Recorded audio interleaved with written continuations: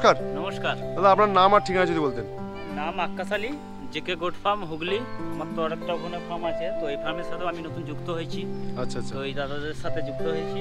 আচ্ছা রানাদা, আমরা বিগত দিনেও আগেও একবার এসেছিলাম, ফের আবার চলে আসলাম আর কি।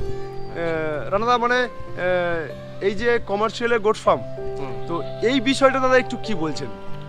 দেখুন, আমাদের আসলে কি অনেককে দেখি আমরা 20-40টা ছাগল নিয়ে বলে কমার্শিয়াল ফার্ম। তো আমরা তো আগে কোনোদিনই সোশ্যাল মিডিয়ায় আসিনি। আমরা এলাম এই কারণে, কারণ আমাদের বেচা কেনার কোনো সমস্যা ছিল না। আশপাশ থেকে আমাদের অনেক এরকম বন্ধুবান্ধবরা আছে, বিয়েবাড়ির অর্ডার, মিট পারপাস চলে যেত আমাদের, তো আমাদের কোনো অসুবিধা ছিল না। কিন্তু এখন যা সিচুয়েশন হয়ে গেছে, মানে প্রত্যেক 6 মাস অন্তর অন্তর 90টা, 100টা, 150টা এরকম বাচ্চা হয়ে যাচ্ছে। আচ্ছা, তো ধীরে ধীরে তো এটা বাড়তে রয়েছে। অবশ্যই অবশ্যই। এত টাকা ইনভেস্ট, প্রায় কোটি টাকা ইনভেস্ট, তো আমি তো এটা করেছি কিছু ইনকামের জন্য তো করেছি অবশ্যই। এবার তো যদি বেচা কেনা সেরকম না হয়, এবার তার থেকে বড় কথা হচ্ছে আমি রাখবো কোথায় এত ছাগল? জায়গাটাও তো সংখ্যা হয়ে আসছে। অন্তর অন্তর যদি 150 টাকা করে বাচ্চা হয়, 200 টাকা করে বাচ্চা হয়, আর মানে বাচ্চা হতেই আছে, মানে রিসাইকেলিং হয়ে গেছে ব্যাপারটা। এবার আমার তো তাদেরকে দেখভাল করতে হবে, তাকে রাখতে হবে, তাদের পর্যাপ্ত জায়গা দিতে হবে অবশ্যই। তো তার জন্য আমরা এখন বাধ্য হলাম এই কমার্শিয়াল, এই সোশ্যাল মিডিয়ার মধ্যে আসতে। মানে আমরা চাই ফার্মটাকে সকলের সামনে তুলে ধরতে চাইছেন, যে সকলের সামনে মানে উঠুক। অবশ্যই। শুধু তাই না, যদি কারোর কোনো রকম কোনো ইনফরমেশন লাগে ছাগলের ব্যাপারে, কি মানে কারোর কোনো অভিজ্ঞতা, কারোর কোনো আমরা নিশ্চয়ই শেয়ার করবো। আচ্ছা দাদা, এই যে গোট ফার্মটা করতে গিয়ে প্রথমের দিকে তো প্রত্যেকটা ফার্মে দাদা অসুবিধা হয়, তো আপনার মানে কোন দিকটা অসুবিধা মনে হয়েছে যে এই দিকটা লক্ষ্য করলে কোনো একটা গোট ফার্ম মানে এগোতে পারে? সবার আগে তো ছাগলের খাবার দাবার থেকে শুরু, সবুজ জিনিসটা, এই জিনিসটা খুব ভালোভাবে দিতে হবে। কারণ যদি এখন অনেক ফিড আছে ছাগলের, আমরাও ফিড খাওয়াই, কিন্তু যদি শুধু ফিডের ওপর একটা ছাগল মানে বেঁচে মানে খাওয়া দাওয়া করানো হয়, তাহলে সেক্ষেত্রে কী হবে না, ছাগলের নানা রকম রোগ ভোগ সৃষ্টি হতে পারে। আমরাও এটা করতে গেছিলাম ফিডের মাধ্যমে, তো সেই জায়গায় আমরা অনেক অসুবিধার সম্মুখীন হয়েছি। কিন্তু ভ্যাকসিনেশন যেটা আছে, 4খানা ফুড অ্যান্ড মাউথ আছে, ঠিক আছে, গোট পক্স আছে, আমাদের পিপিআর আছে, এই ভ্যাকসিনগুলোকে, আচ্ছা এফএনডি আছে, এই ভ্যাকসিনগুলোকে মানে একদম প্রপারলি করতে হবে। এইগুলোকে প্রপারলি না করলে পরে আপনার ফার্ম কিন্তু কোনোদিনই বড় হবে না, রোগের পর রোগ লেগেই থাকবে। আর হ্যাঁ, সবুজ জিনিসটা অবশ্যই খাওয়াতে হবে, কারণ এরা তৃণভোজী প্রাণী, এনাদের সবুজ জিনিসটা কৃত্রিম উপায়ে কেউ করতে যাবেন না। স্যাঁতস্যাঁতে ঠান্ডা জায়গায়, এইসব জায়গায় এরা সবাই জানি আমরা। যে মানে ওতে কি আপনার কোনো অসুবিধা হয়েছিল? কোনো অসুবিধা, কারণ আপনি যদি নিচে রেখে দেন, ছাগল টয়লেট করছে, বাথরুম করছে, সে তার উপরে আবার শুচ্ছে, গায়ে লেগে যাচ্ছে, ওই থেকে নানান ধরনের রোগ, পোকামাকড়, মুখে ঘা, নানান কিছু আসবে।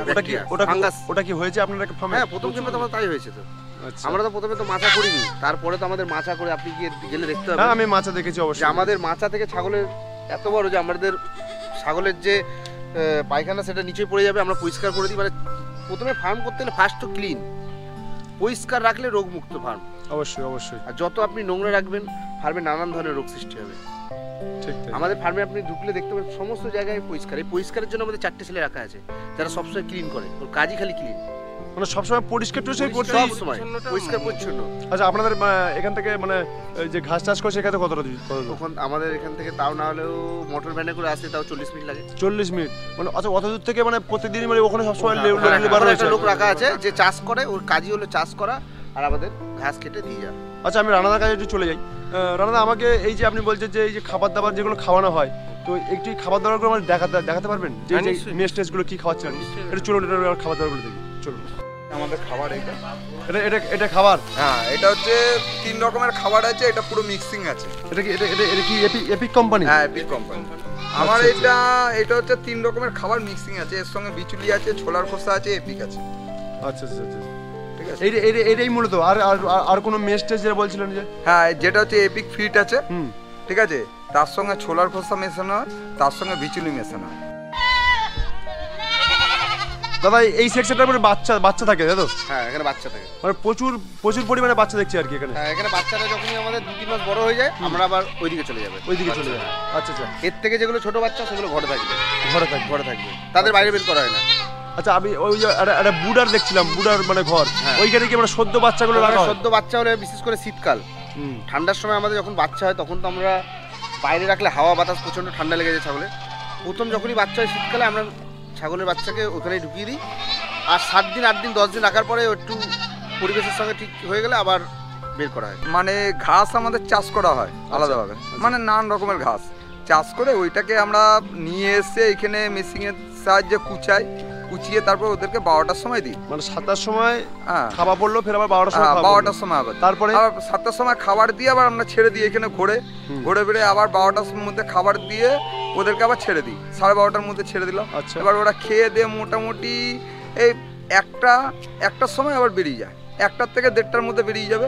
বেরিয়ে যাওয়ার পর আবার ঠিক আমরা 3:30 থেকে 4টার মধ্যে খাবার দিয়ে দেবো, ফুড খাবার দানা খাবার। আচ্ছা, দানা খাবার খেয়ে এই যে ধরুন অসুখ বিসুখগুলো কি আপনি লক্ষ্য করেন নাকি? না, ডাক্তারও আছে, আমিও দেখি, আমাদের মধ্যে অনেক ছেলে আছে তারাও দেখে। এখন তাহলে আপনার মতো যারা কাজকর্ম করে মানে কতজন রয়েছে? আমাদের এখানে রয়েছে 6জন 7জন, আমরা মোটামুটি 8 জন রয়েছে। 8 জন? হ্যাঁ, 8 জন শুধু দেখভাল করছেন? দেখভাল মানে খুবই অল্প পরিমাণে বিক্রি করেছেন আর কি? বিক্রি বলতে আমাদের কিছু বন্ধু আছে যারা আমাদের এই ফার্মের সঙ্গে যুক্ত আছে, তাদের ক্যাটারিং এর বিজনেস আছে। আচ্ছা আচ্ছা, তা আমাদের ক্যাটারার ধরা আছে কিছু, ওরাই আসে আমাদের এখানে, ওরা জানে যে আমাদের এখানে যে খাসি তার যে টেস্ট, মানে আমাদের এখানে নিজেরা পছন্দ করে, সেই মাল আমাদের এখানে মিট প্রসেস করে তারা নিয়ে চলে যায়। আচ্ছা আচ্ছা, মানে টোটালটাই কিন্তু আপনারা খাসি করছেন? হ্যাঁ, আমরা মেন প্রসেসই হলো আমরা কোনো বাচ্চাকেও বিক্রি করিনি, মেয়ে ছাগলকেও বিক্রি করিনি এখনো অবধি। আচ্ছা আচ্ছা আচ্ছা, আমরা যা বিক্রি করি সব খাসি বিক্রি করেন? খাসি আর কিছু আমাদের বিটার আছে, যেগুলো অনেকে আসে দাদা ভালো বিটার থাকলে দেন একটা, আমরা সেই হিসাবে বিটারটাও দিয়ে দিই। দেখেন, এই ব্যবসাটা করতে গেলে ফার্স্ট হলো যে প্রথম ক্ষেপে অল্প ছাগল নিয়ে শুরু করবে তাকে কিন্তু জ্ঞান থাকা দরকার ফার্ম সম্বন্ধে, নাহলে প্রথম ক্ষেপে সে ব্যক্তি যদি ফার্ম করতে গিয়ে সমস্যায় পড়ে সে বলবে ফার্মে ব্যবসা হচ্ছে না, বন্ধ করে দেবে, যেটা আপনার অসুবিধা হয়েছিল আমাদের। কিন্তু আমরা কি ওভারকাম করতে পেরেছি। আমি তাই বলবো যারা ফার্ম করতে যাবে তাদের আগে কিভাবে ফার্মটা করলে, কিভাবে ছাগল রাখলে, ট্রিটমেন্ট কিভাবে করতে হয়, ছাগল প্রসেস কি, সেই সিস্টেমটা যদি জেনে নেয় তাহলে তার ফার্ম করতে সুবিধা, হিউজ লাভ আছে ফার্মে। যে ঘরগুলোর এতটা হাইট কি ওই মানে যাতে না হচ্ছে এই যে মাচা থেকে প্রচুর হাইট দেখতে হচ্ছে, প্রচুর হাইট। এটা হাইট করা হয়েছে কেন? কোনো গ্যাস গন্ধ যাতে ওপরে না যায়, যেটা বলছিলাম যে ছাগলের অনেক রকম প্রবলেম আছে, অ্যামোনিয়ার গ্যাস তৈরি হবে। হ্যাঁ, এইসব গ্যাস তৈরি হচ্ছে। তারপর কি এর থেকে এই গ্যাস গন্ধ থেকে বিভিন্ন পোকামাকড়ের সৃষ্টি হচ্ছে, যার ফলে আমরা অনেক কিছু দেখেছি এরকম, ছাগলের মুখে পোকা হয়েছে, মানে অনেক কিছু ফেস করে তার কিন্তু এই জায়গাটা এসেছে আর কি। আমাদের এখন অভিজ্ঞতাটা এরকম জায়গায় যে কিছু হওয়ার আগে আমরা প্রিকশন নিয়ে। আচ্ছা, না, আমরা কোনো ট্রেনিং নিইনি, তবে হ্যাঁ ডাক্তারের পরামর্শ নিই আমরা। আচ্ছা, ডাক্তারের পরামর্শ নিই এবং নিজেরা দিন রাত অক্লান্ত এখানে পরিশ্রম করে আমরা দিন রাত সেই ছাগলটার কি হচ্ছে, কি প্রবলেম, যেরকম আমরা অসুবিধার সম্মুখীন করে, যেরকম ফুড অ্যান্ড মাউথ বলে একটা, যেটা ভ্যাকসিনেশন করতে হয় ছাগলের, এটা আমাদের জানা ছিল না। যেরকম হয় গোট পক্স, কি হয় এগুলোতে, ছাগলের মুখে দেখবেন একটা ঘা মতো হচ্ছে ছাগলের মুখে, সেই ঘা থেকে আস্তে আস্তে সেই ঘাটা মানে এটা একটা ভাইরাল ফিভারের মতো মানে ছড়িয়ে যাচ্ছে চারিদিকে জিনিসটা। এই জিনিসটা দেখতে দেখতে দেখতে দেখতে তারপর আমরা ডাক্তারের পরামর্শ নিলাম, সেখানে ডাক্তার যে মেডিসিন বললো সেই মেডিসিনগুলো খাওয়ালাম। খাওয়ানোর পর থেকে আমরা কি করতাম, আমরা বুঝতে পারতাম যে একটা সিজনাল এই প্রবলেমগুলো আসে।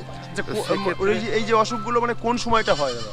এগুলো বেশিরভাগ ছাগলের বেশিরভাগ সমস্যা হয় বর্ষাকাল। হ্যাঁ, কারণ তারা বাইরে সেরকম বেরোতে পারে না, ঘরের ভেতরে থাকে বদ্ধ অবস্থায়, সেই সময় হয়। আরেকটা হয় হচ্ছে শীতকাল, যেরকম এই বাচ্চাগুলোর ক্ষেত্রে শীতকালে কি হয়, এরা প্রচণ্ড পরিমাণে ঠান্ডা লেগে যায়, যার ফলে কি হয় এর ভেতরে যদি কফ জমে যায়, ছাগলের ঠান্ডা যদি লাগে সেই ছাগল বাঁচানো খুব দুষ্কর হয়ে ওঠে। এবং আমরা যে কিভাবে এটাকে রিকভারি করেছি, আমরা শীতকালে অনেক রকম প্রিকশন নিই, ওপরে বাচ্চাগুলোকে এক জায়গায় রাখার চেষ্টা করি এবং সেখানে আলো জ্বালিয়ে বাল্ব জ্বালিয়ে সেই জায়গাটাকে সবসময় গরমের মধ্যে রাখতে হবে। আচ্ছা দাদা, আমাকে একটা বলুন, আপনি যে একদম ছোট থেকে শুরু করেছেন, হ্যাঁ, ছোট থেকে শুরু করে এতটা বড় হয়েছে, কেমন লাগছে আপনার সেইটা একটু বলুন। এটা তো একটা অসাধারণ, মানে আমাদের খুবই আনন্দ হয়। এবং যখন আসি সকালবেলা আমরা এই ফার্মে এসে এই ছাগলগুলো যখন সত্যি কথা বলতে কি মানে চারিদিকে ছাগল, মানে এরকম একটা দেখতে কি মানে আস্তে আস্তে এই জায়গাটা মানে একটা আলাদা মহলে পরিণত হয়েছে। মানে এখন আমরা চারিদিকে সবাই জানে যে এনাদের একটা এত বড় সংস্থান এখানে তৈরি হয়েছে, মানে অনেক কেউ দেখতে আসে বাইরে আচ্ছা। থেকে, অনেক মানুষ পাড়ার আশেপাশের মানুষরা অনেকে আসে এখানে দেখতে। আচ্ছা ঠিক আছে দাদা, আপনার সঙ্গে কথা বলে খুবই ভালো লাগলো। আপনি ভালো থাকবেন, ধন্যবাদ দাদা।